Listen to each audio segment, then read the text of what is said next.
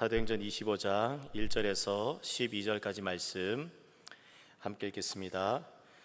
베스도가 부임한 지 3일 후에 가이사랴에서 예루살렘으로 올라가니 대제사장들과 유대인 중 높은 사람들이 바울을 고소할세 베스도의 호의로 바울을 예루살렘으로 옮기기를 청하니 이는 길에 매복하였다가 그를 죽이고자 함이더라. 베스도가 대답하여 바울이 가이사랴에 구류된 것과 자기도 멀지 않아 떠나갈 것을 말하고 또 이르되 너희 중 유력한 자들은 나와 함께 내려가서 그 사람에게 만일 옳지 아니한 일이 있거든 고발하라 하니라.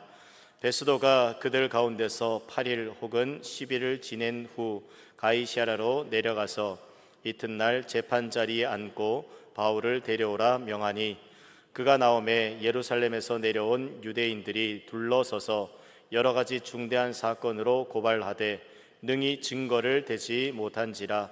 바울이 변명하여 이르되 유대인의 율법이나 성전이나 가이사에게나 내가 도무지 죄를 범하지 아니하였노라 하니 베스도가 유대인의 마음을 얻고자 하여 바울더러 묻되 내가 예루살렘에 올라가서 이 사건에 대하여 내 앞에서 신문을 받으려느냐. 바울이 이르되 내가 가이사의 재판 자리 앞에 섰으니 마땅히 거기서 신문을 받을 것이라. 당신도 잘 아시는 바와 같이 내가 유대인들에게 불의를 행한 일이 없나이다. 만일 내가 불의를 행하여 무슨 죽을 죄를 지었으면 죽기를 사양하지 아니할 것이나 만일 이 사람들이 나를 고발하는 것이 다 사실이 아니면 아무도 나를 그들에게 내줄 수 없나이다. 내가 가이사께 상소하노라 한데 베스도가 배석자들과 상의하고 이르되 내가 가이사에게 상소하였으니 가이사에게 갈 것이라 하니라. 아멘. 할렐루야. 오늘 또 말씀과 기도의 자리에 나오신 여러분들 주님의 이름으로 환영하고 축복합니다. 옆에 계신 분들 바라보며 이렇게 한번 인사하겠습니다. 사랑하고 축복합니다. 한 번 더 인사하겠습니다. 오늘도 은혜 받읍시다.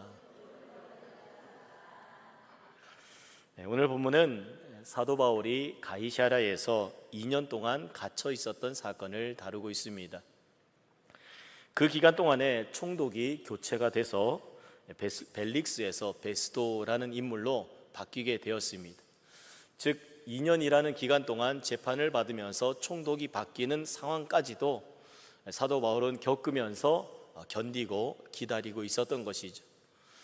분명히 예수님께서는 네가 로마에서도 이 일을 증언하여야 하리라 라고 말씀하셨는데 당장 로마에 갈 수 있는 길이 열린 것이 아니라 2년 동안 가이사랴에서 감옥에 갇혀서 기다려야 되는 상황이 되어버린 것이죠.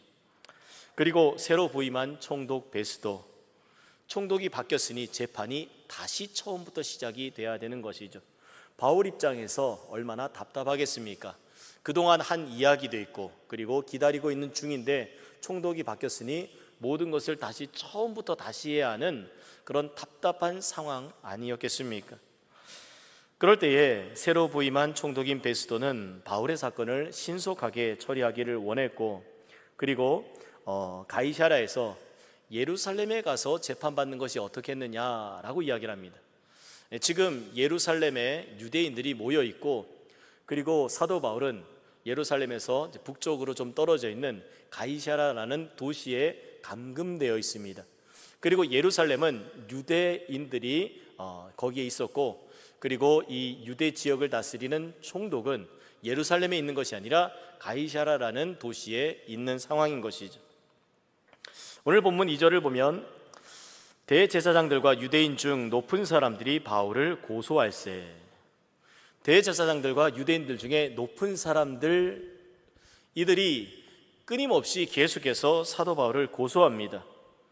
대제사장들 그리고 유대인 이 사람들 하나님의 백성이라고 불리고 하나님을 잘 믿는다라고 자처하는 사람들이죠.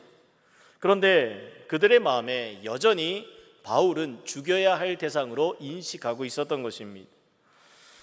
본문 사도행전 25장 3절을 보면 베스도의 호의로 바울을 예루살렘으로 옮기기를 청하니 이는 길에 매복하였다가 그를 죽이고자 함이더라.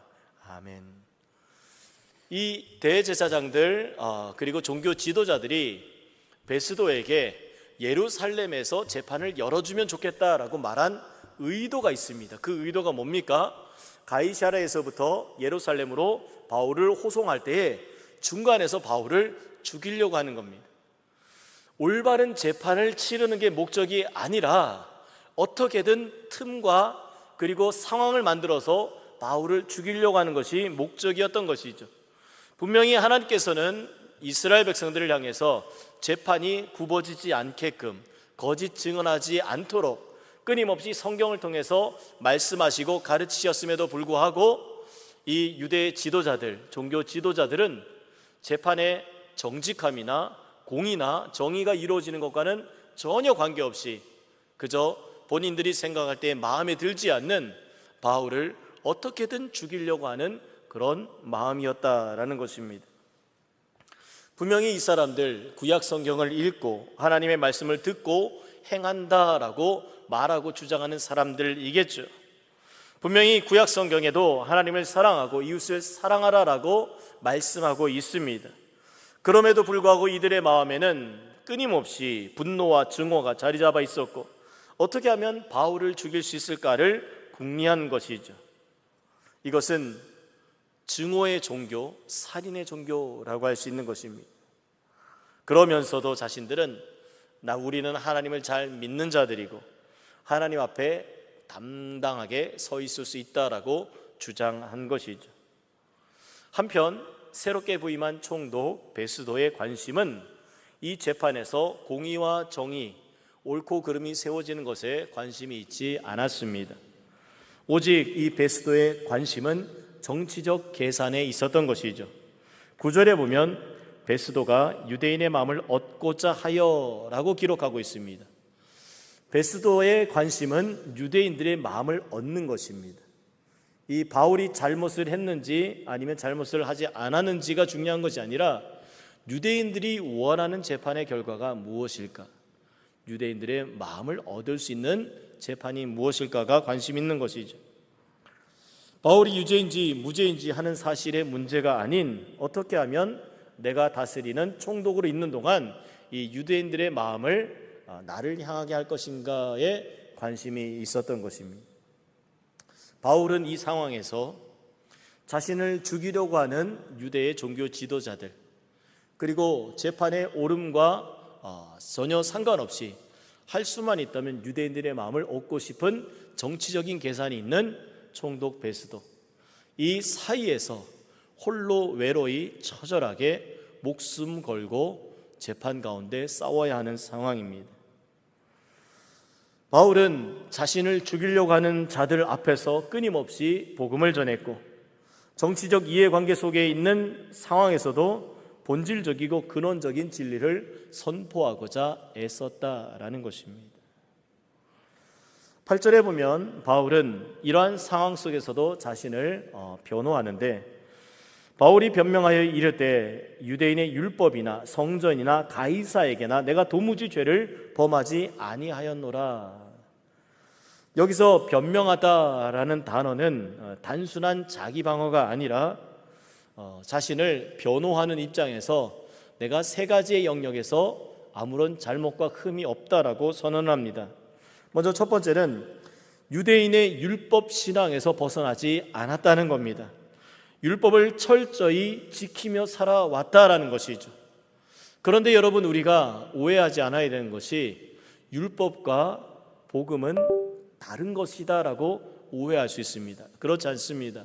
우리가 구약의 율법을 철저하게 지키면 지킬수록 우리는 예수 그리스도와 가까워질 수밖에 없습니다.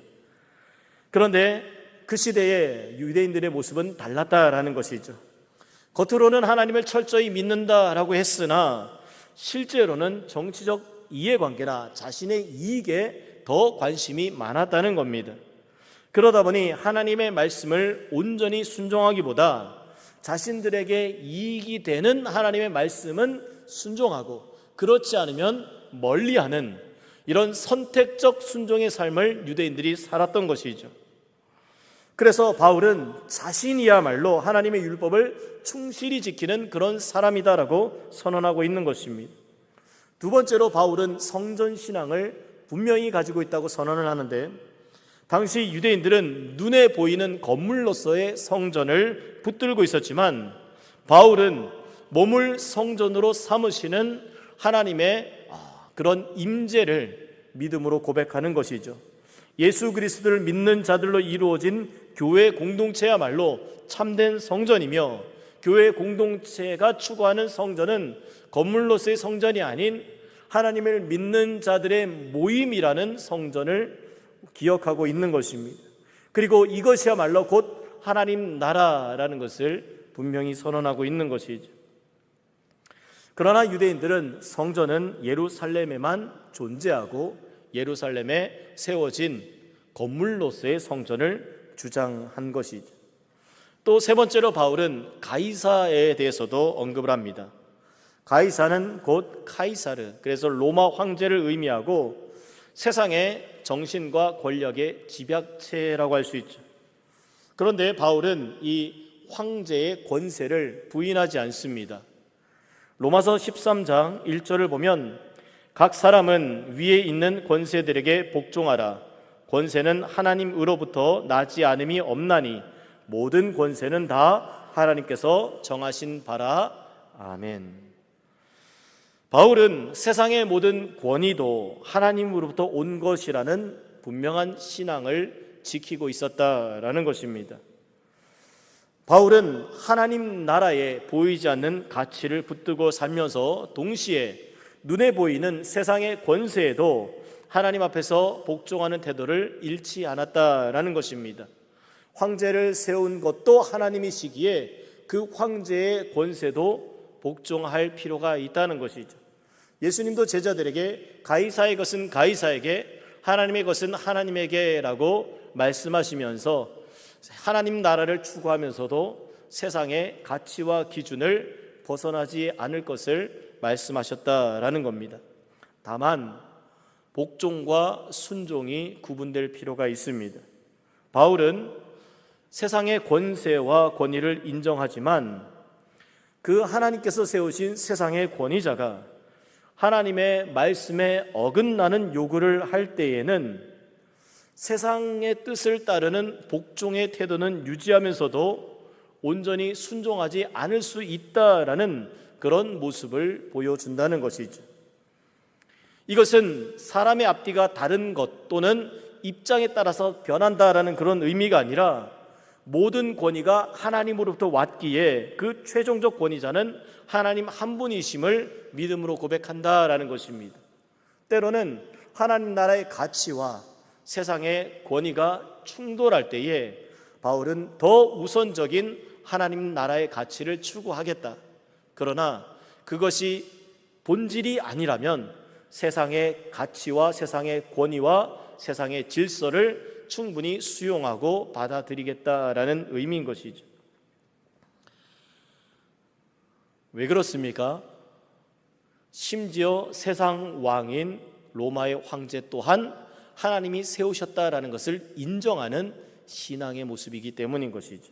그리고 그 최종적 권위자는 하나님 한 분이시기 때문입니다. 출애굽기에서도 이런 모습이 나타납니다. 모세와 바로와의 관계죠. 세상의 방법을 선택한다면 모세는 바로에게 가서 부탁하지 않아도 됐을 것입니다. 조직을 만들고 교육을 시키고 폭동을 일으키는 것이 훨씬 더 합리적일 수도 있고 빠른 방법일 수도 있습니다. 그러나 모세는 그렇게 하지 않고 세상의 권위자인 바로에게 가서 부탁을 합니다. 그리고 요청을 합니다. 그런데 성경에는 이렇게 기록합니다. 하나님께서 바로의 마음을 강팍하게 하셨다. 이것은 하나님께서 바로의 마음을 인위적으로 강팍하게 하셨다라는 의미라기보다는 바로가 스스로 가진 마음, 즉 이스라엘 백성들을 내보내지 않겠다라는 그 마음을 그냥 그대로 두셨다라는 의미로 볼 수 있는 것이죠. 그럼에도 모세는 끊임없이 바로에게 승낙을 구했고 그 과정에서 10개의 재앙이 애굽에 임했으며 결국 이스라엘 백성을 내보낼 수밖에 없는, 그리고 그 내보내고 나서도 뒤쫓아갔지만 결국 홍해에서 애굽의 군대가 몰살당하게 되는 사건이 일어나게 된 것입니다. 이런 걸 통해서 우리가 알 수 있는 것은 우리는 하나님 나라의 가치를 추구하면서 동시에 영적인 삶을 지향해야 되고 또 현실 속에서 어떻게 살아내야 할 것인 것을 끊임없이 우리는 질문하고 또 그 안에서 지혜를 찾고 구해야 하는 것이죠. 그런데 간혹 어떤 분들은 현실을 도외시한 채 우리는 하나님의 백성이니 세상과 무관하게 살겠다라고 세상으로부터 완전히 벗어난 삶을 사는 경우가 있습니다. 반면에 또 어떤 이들은 너무나 지나치게 현실에 매몰되어서 마치 현실에서 하나님의 뜻을 이루는 것만이 하나님을 위한 것인 것처럼 오해를 하기도 하죠. 그러나 성경이 우리에게 가르치는 바는 나그네 삶이라는 겁니다. 고아와 과부와 같은 마음으로 현실을 직시하되 그 속에서 하나님 나라의 가치를 추구하는 그리스도인의 삶을 살아야 하는 것이죠. 오늘 사도행전 25장 11절 마지막에 보면 바울은 내가 가이사께 상소하노라 라는 고백을 합니다. 이런 고백을 들을 때에 바울의 모습을 조금 깊게 생각을 해보면 어떤 분들이 생각할 때는 굳이 그렇게 로마 시민권자라는 지위를 이용을 해서 황제에게 재판을 받으려고 해야 하나, 그저 변명을 하는 것이 아닌가, 또는 자기 생명을 조금이라도 보존하기 위한 그런 몸부림 아닌가, 이게 복음이랑 무슨 관계가 있는가라고 생각이 들 수도 있을 겁니다. 고린도전서 6장에 바울은 이렇게 말합니다. 성도가 세상 법정에 가서 송사하지 마라. 고린도전서 6장의 대략적 내용을 보면은 교회 안에서 일어날 분쟁은 웬만하면 교회 안에서 해결을 해야지 세상의 법까지 가져가서 세상에서 해결받으려고 하는 그런 모습을 가지지 않으면 좋겠다라는 것이 바울의 가르침입니다. 그런데 오늘 사도행전에서는 오히려 내가 가이사에게 상소하노라 라고 말합니다. 자, 그럴 때 보면 고린도전서 6장에 말하는 사도 바울의 말과 오늘 본문 사도행전에 말하고 있는 사도 바울의 말이 서로 상충되는 것처럼 보여집니다. 그래서 마치 이 말과 이 말이 서로 충돌되어 전혀 다른 상황이 아닌가라는 거죠. 이러한 모순처럼 보이는 상황을 우리는 어떻게 이해해야 할까요? 오늘 본문 8절에 먼저 사도 바울의 자기 변증은 세 가지로 나타나는데, 먼저는 유대인의 율법과 두 번째는 성전에 대한 것, 세 번째는 가이사에 대한 것이죠. 율법에 대한 것과 성전에 대한 것은 정말로 신앙에 대한 것으로 국한되어 있는데, 사도 바울은 가이사에 대한 것을 선언하고 있다는 겁니다. 마지막에 가이사에게라는 자기 변호가 포함되는 이유가 무엇입니까? 우리는 이것이 바로 우리가 살아가는 믿음과 그리고 현실의 삶의 접점이라는 것입니다. 믿음의 삶을 삶과 동시에 우리는 세상 속에서 살아간다라는 것이죠. 믿음은 본질적이고 영적이며 그리고 영적인 가치를 가진 것이지만 동시에 우리는 이 땅에서 세상에서 살아가는 존재이기 때문에 땅의 이야기, 즉 현실의 문제를 피할 수가 없다는 겁니다. 그렇기 때문에 우리는 믿음의 눈으로 세상의 방법을 어디까지 용납할 수 있는가, 믿음의 눈으로 어디까지 세상의 방법을 따르지 않아야 하는가. 그래서 믿음의 눈이라는 기준을 가지되 세상의 가치에서 따를 수 있는 영역과 그리고 버려야 하는 영역을 구분할 수 있는 지혜가 필요하다라는 것이죠. 왜냐하면 이러한 가치를 우리가 잘 세우지 않으면 우리의 삶이 한쪽으로 극단적으로 치우치는 삶이 될 수 있다는 것입니다. 그래서 마치 뒤집지 않은 전병처럼 한쪽은 익지 않고 한쪽은 까맣게 타버리는 그러한 왜곡된 삶을 살 수 있다라는 것이죠. 그래서 한쪽은 완전히 다 타버리고 한쪽은 익지 않는 그런 불균형의 신앙의 모습이 될 수 있다는 겁니다.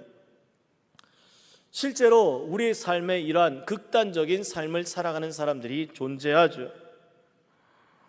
이러한 극단적 삶을 사는 것이 바로 뒤집지 않은 전병과 같은 삶의 모습이 된다는 겁니다. 그런데 바울은 성전의 율법과 신앙을 붙들면서 동시에 가이사에게 상소하노라라는 고백을 하고 있는 것이죠. 사도 바울은 3층천을 본 사람이고 모든 것을 영적으로 해석하고 바라볼 수 있는 사람입니다. 그럼에도 불구하고 그는 가이사라는 세상의 권위를 인정하고 세상 법정에 송사하지 말라라고 가르쳤음에도 이번에는 상소하는 선택을 선택했다라는 것입니다. 결국 이런 모습을 통해서 우리는 나는 과연 하나님 앞에서 어떻게 살아야 하는가, 우리의 신앙과 세상 속에서의 가치를 어떻게 균형 있게 살 것인가를 끊임없이 고민하게 된다는 것입니다. 우리의 신앙은 하늘을 바라보되 동시에 땅의 세상 속에서 땅을 딛고 살아가는 그런 삶의 문제를 풀어내야 하는 것이죠. 그럴 때 오늘 바울의 이 고백은 바로 이러한 그 경계에서 믿음의 삶을 어떻게 세워갈 것인가에 대한 것을 우리에게 교훈하고 있습니다. 사도행전 23장 11절에 보면 주께서 그날 밤 바울 곁에 서서 말씀하시기를 담대하라, 네가 예루살렘에서 나의 일을 증언한 것 같이 로마에서도 증언하여야 하리라 라고 말씀하셨습니다. 첫 번째로 이 말씀이 의미하는 바는 바울이 로마에 가게 되는 이 상황은 단순히 자기의 의지가 아닌 전적인 하나님의 계획과 섭리 가운데 있는 일이다라는 겁니다. 즉 가이사에게 상소하는 길을 통해 하나님의 뜻에 순종하는 것으로 사도 바울은 받아들였다라는 것이죠. 즉 사도행전 23장 11절의 말씀, 로마에서도 증언하여야 하리라라는 이 말씀을 따르기 위한, 하나님의 말씀에 따르기 위해서 세상의 가치를 이용한다라는 겁니다.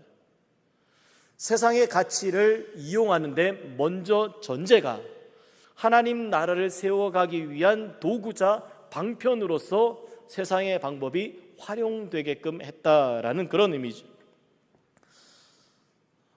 이러한 원리가 오늘날 우리의 삶에도 동일하게 적용되어야 합니다. 우리가 어떤 일을 하든지 이것이 주님의 뜻을 따르는 하나님 나라의 가치를 세우고 복음을 세워가는 일이라면 우리는 그곳에서 순종으로 나아가야 합니다. 설령 세상의 기준으로 보았을 때에 고린도전서 6장의 가치와 상반되는 것처럼 보일지라도 하나님께서 지금 이 시점에 너는 로마를 가야 한다라고 말씀하신다면 우리는 그 말씀에 우선 순종할 수 있어야 한다라는 것입니다. 사도 바울이 로마로 가는 방법이 여러 길이 있었을 것입니다. 그러나 바울은 그 모든 것을 믿음으로 고백하며 순종하는 것이죠. 바로 이러한 삶의 태도가, 신앙의 태도가 중요한 것이죠. 믿음의 사람은 하나님께서 맡기신 사명을 각자의 자리에서 감당해야 합니다. 하나님이 우리에게 어떤 길을 인도하실지 모릅니다. 그러면 우리는 길을 내가 정하는 것이 아니라 하나님이 정하시도록 열어놓고 내가 할 수 있는 삶의 자리에서 모든 것을 동원해서 순종할 수 있는 준비를 해야 되는 것이죠.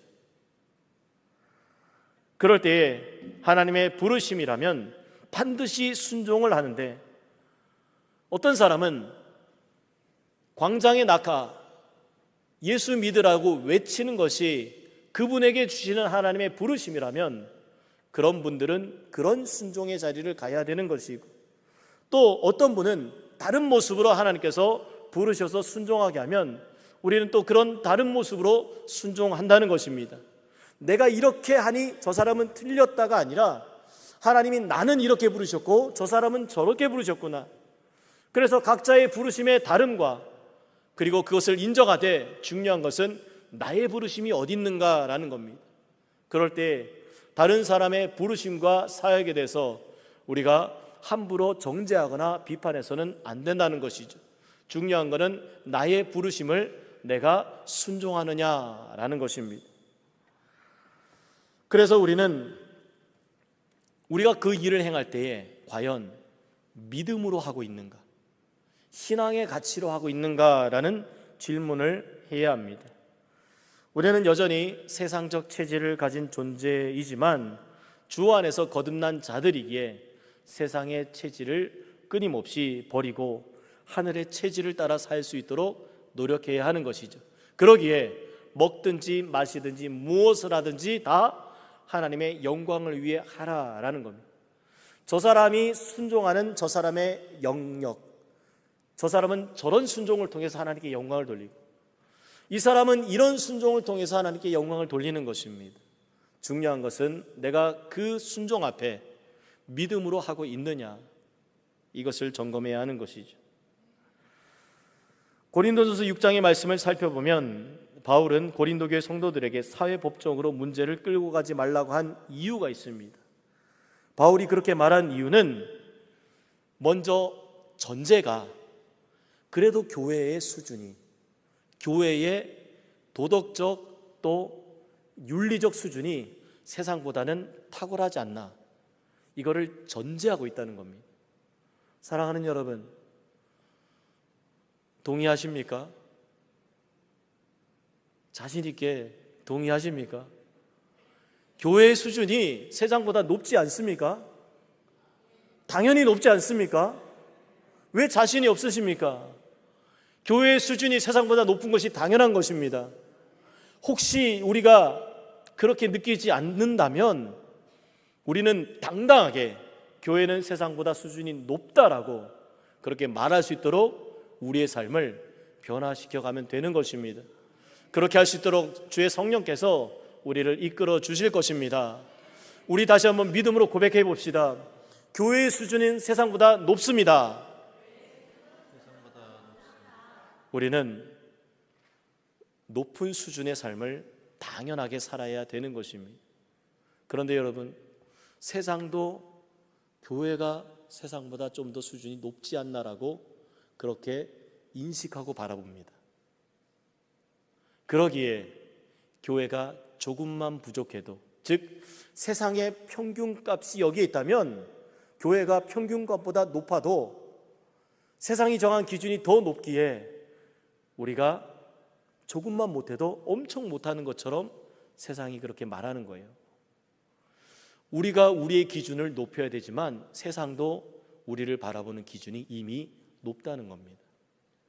우리는 거기에 합당한, 세상 사람들의 기준을 맞추기 위해서가 아닌 하나님이 기대하시고 바라보시는 당연한 수준을 우리는 삶으로 살아낼 수 있어야 하는 것이죠.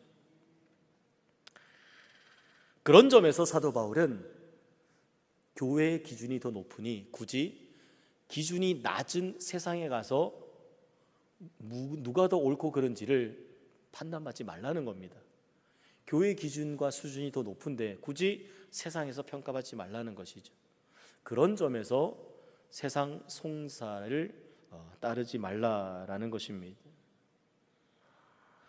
그리고 피차 고발하지 말라고 하는 이유는 형제를 위해서 차라리 불이익을 당하는 게 낫기 때문입니다. 형제이기 때문이죠.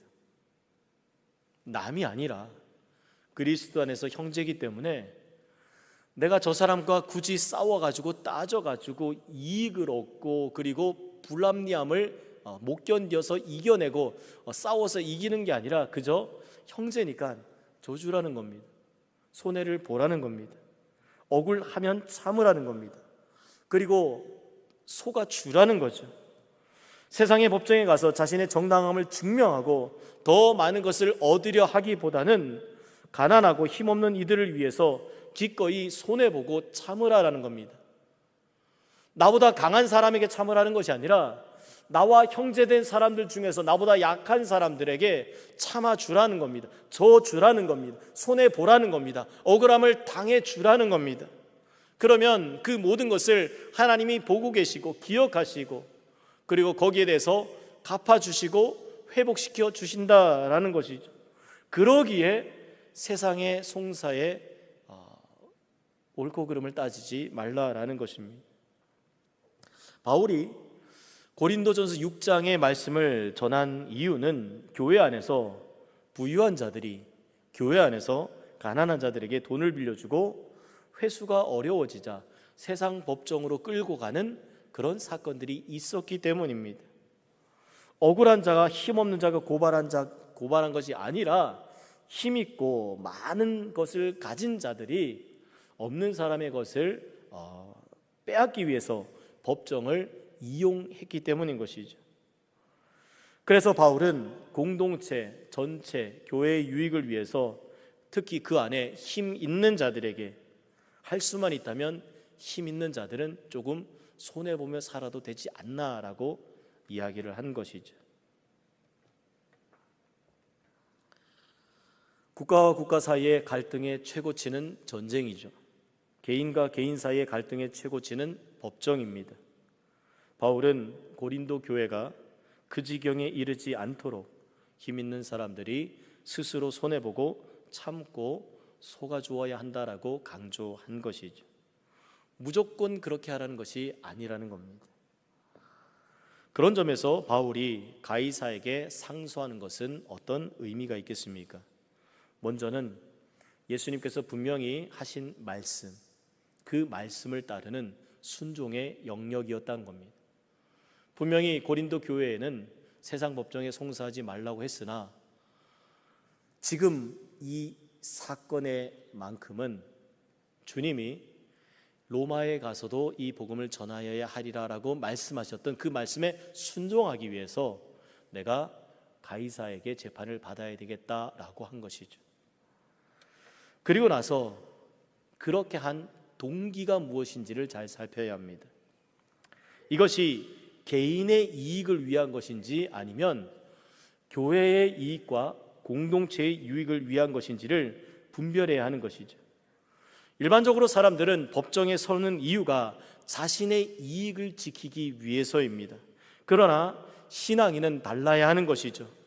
우리가 사회 속에서 살아가며 어떤 일을 선택할 때 가장 먼저 점검해야 할 것은 그 동기가 나의 사적 이익에 있는지 아니면 공동체의 유익에 있는지를 점검해 보아야 하는 것입니다. 하나님은 언제나 결과가 아니라 동기를 물으십니다. 왜 그런 말을 했는지, 왜 그런 행동을 했는지를 물으신다는 겁니다. 그리고 그것이 나의 희생인지 아니면 다른 사람을 희생시키는 것인지를 보신다는 겁니다.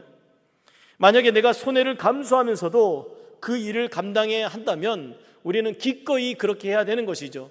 그러나 그 일을 함에 있어서 나는 조금도 손해보지 않고 끊임없이 다른 사람을 손해보게 만드는 그런 일이라면 멈추어야 한다라는 것입니다. 영웅과 악당, 이 영웅과 악당의 공통점이 있습니다. 영웅도 막강한 힘이 있고 악당도 막강한 힘이 있습니다. 그런데 영웅과 악당의 아주 근본적인 동전의 양면과 같은 차이가 무엇인지 아십니까? 둘 다 힘이 있으나 이 가지고 있는 힘을 나를 위해서 쓰면은 악당이 되는 것이고 남을 위해서 쓰면 영웅이 되는 겁니다. 우리는 언제든지 영웅이 될 수도 악당이 될 수도 있는 존재죠. 특별히 힘 있는 사람들은 더 그럴 수가 있습니다. 하나님은 힘이 있느냐 없느냐를 보시는 것이 아니라 그 힘을 어떤 동기와 어떤 이유로 쓰느냐를 보신다는 겁니다. 많은 사람들이 자신을 희생하는 것보다 타인을 희생시키려 합니다. 당시 유대인들이 그랬습니다. 자신의 신앙을 지킨다는 명목 아래에 바울을 죽이려고 했던 것이죠. 시간이 흘러도 그들의 분노는 사라지지 않았고 오직 누군가를 죽여야만 끝이 난다라고 여겼던 것입니다. 그러므로 오늘날 우리도 역시 하나님 앞에 서서 내가 과연 나를 스스로 희생시키는 길을 가고 있는지 아니면 다른 사람을 희생시키고 있지는 않는지를 우리 스스로에게 물어야 할 것입니다. 오늘 내가 가이사에게 상소하노라 라는 이 바울의 고백은 하나님의 말씀에 복종하고 순종하는 신앙의 고백인 것이죠. 그래서 바울의 상소는 단순히 자신의 생명을 구걸하는 행위가 아니었다는 겁니다. 오히려 하나님의 뜻을 이루는 수단이었던 것이죠. 다른 이들이 그것을 어떻게 평가하는지는 중요하지 않습니다. 하나님께서 주신 생명을 구원하는 길이라면 기꺼이 그 길을 선택했겠죠. 바울은 유대인의 구원을 위해서는 예루살렘으로 가야 했으나 이방인의 구원을 위해서는 로마로 가야 한 것입니다. 이것이 그에게 주어진 사명인 것이죠. 창세기 50장에 보면은 요셉의 신앙에 대한 것을 우리가 엿볼 수 있는 이야기가 나옵니다. 아버지 야곱이 갑자기 세상을 떠났을 때에 형들은 갑자기 두려움이 몰려오게 됩니다. 그동안 아버지 야곱이 살아 있었으니까 요셉이 우리를 눈 감아주고 참아주고 견뎌주었는데, 이제 아버지 야곱이 죽고 나면 이제 저 요셉이 그동안 못한 복수를 우리에게 하려는 것이 아닐까, 그로 인해서 형들이 두려워했습니다. 그래서 창세기 50장 17절에 형들이 이렇게 말합니다. 너희는 이같이 요셉에게 이르라. 내 형들이 내게 악을 행하였을지라도 이제 바라건대 그들의 허물과 죄를 용서하라 하셨나니 당신 아버지의 하나님의 종들인 우리 죄를 이제 용서하소서매.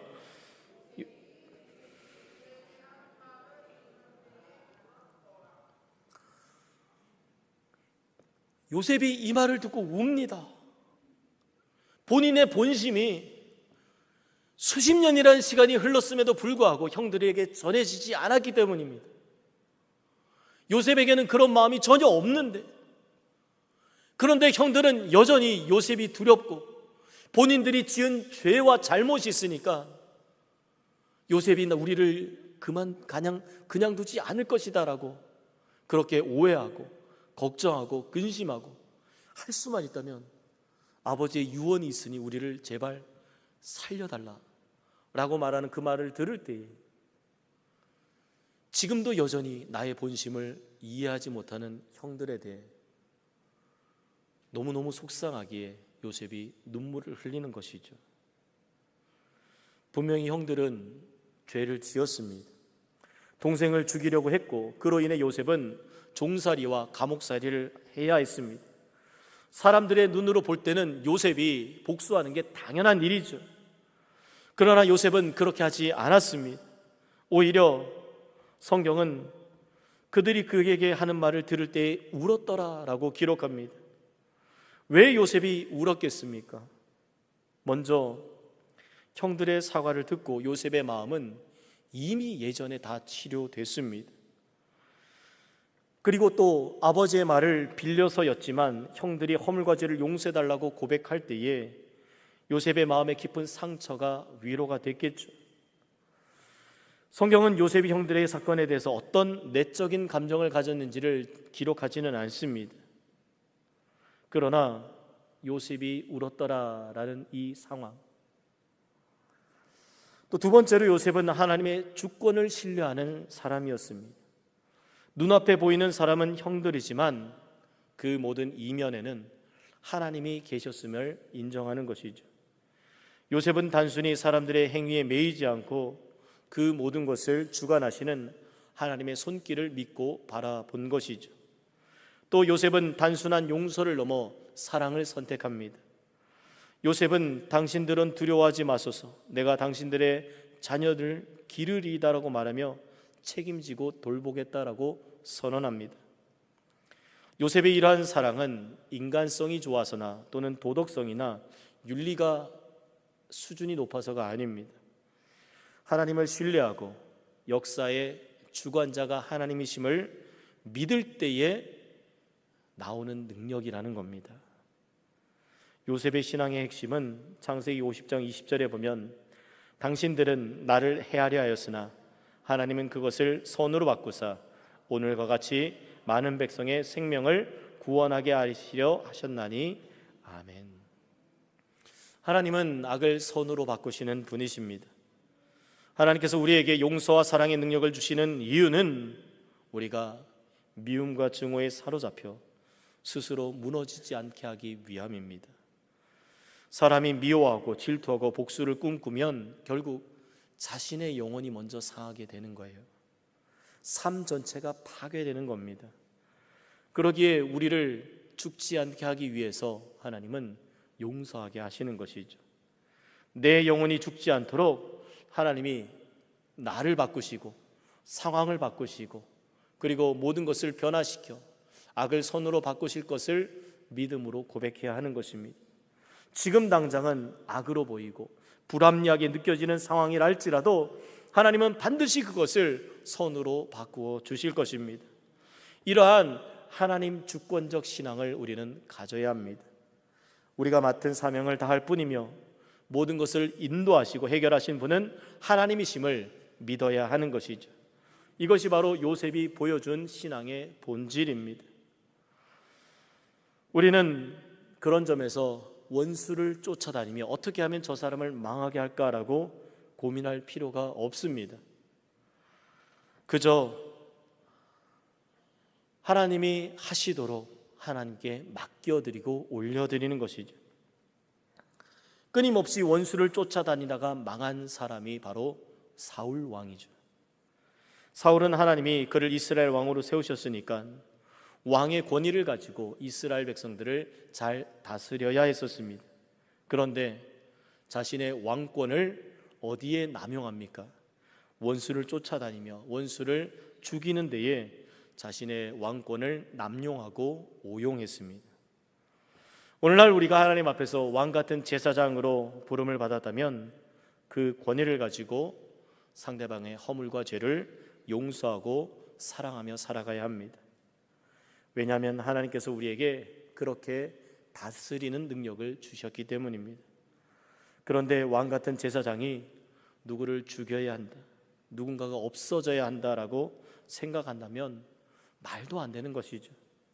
적어도 우리가 하나님 앞에서 믿음을 가진 사람들이라면, 예수를 믿는 사람들이라면 누군가가 죽어야 한다라는 이런 말을 해서는 안 되는 것입니다. 오늘날 우리가 고백해야 할 주권적 신앙은 하나님이 바꾸신다라는 겁니다.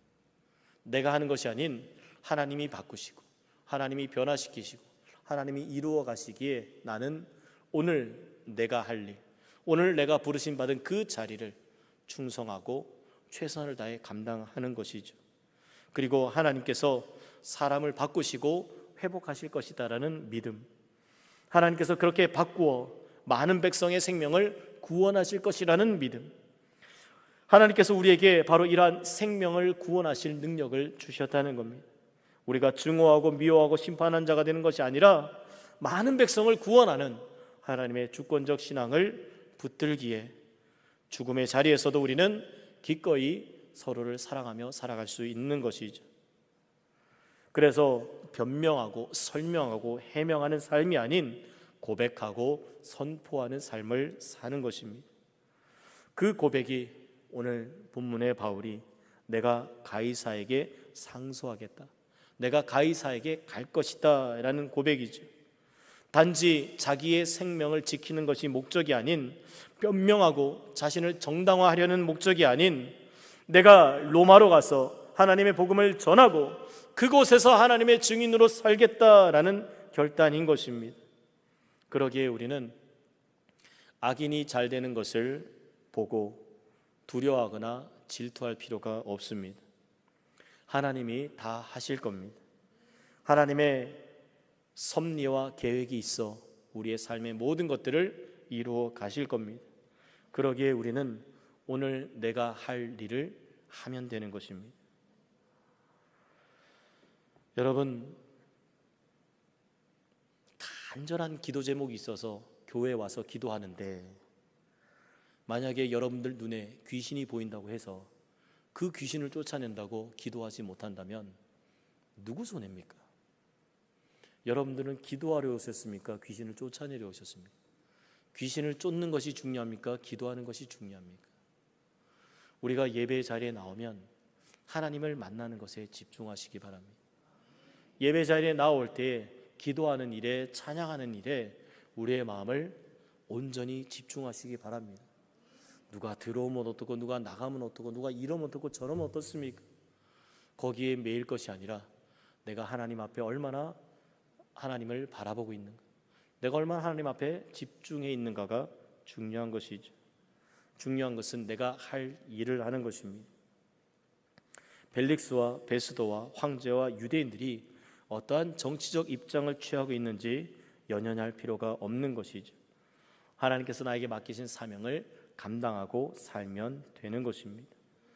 부당한 재판과 권력 앞에서도 바울은 진실을 담대히 말하면서 고백합니다. 가이사에게 갈 것이라. 상소에서 결백을 드러내는 뜻이 아닌, 체면을 채우려는 뜻이 아닌, 그 자리에서 죽을지라도 그곳에서 나는 복음을 전하며 살겠다라는 사명적 결단인 것이죠. 사랑하는 여러분, 좀 억울하면 어떻습니까?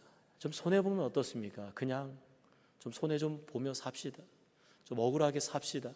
그리고 하나님께서 맡기신 사명 묵묵히 감당하며 그 일을 걸어가다 보면 하나님이 알아주시고 하나님이 인정해 주시면 되는 것이지, 세상에서 인정받지 못하고 남들이 비난하더라도 그러면 그러한 것보다 하고, 그러든지 말든지 우리는 주님 바라보며 믿음의 삶을 걸어가는 것이죠. 이러한 두려움 없는 신앙을 가지시기를 축복합니다. 하나님의 주권적 신앙을 붙들고 하나님이 하고자 하실 때에 우리가 서로 사랑하고 용서하고 생명을 구원하는 일들을 감당하는 그런 삶 살아가는 저와 여러분 되시기를 주님의 이름으로 축복합니다.